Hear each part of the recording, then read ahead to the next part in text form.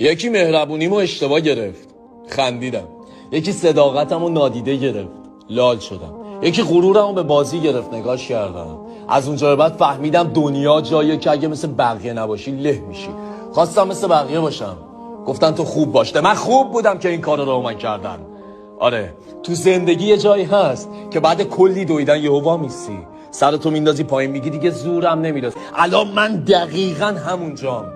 ای بابا، زندگی نیست که، کلکسیون بدبختیه. مگه با چند سالمونه که دیگه هیچی بهمون حال نمیده ها؟ موهای سفیدی که لابلای موهامون داریم، تو اون حرفایی که تو دلمون نگه داشتیم و نزدیم.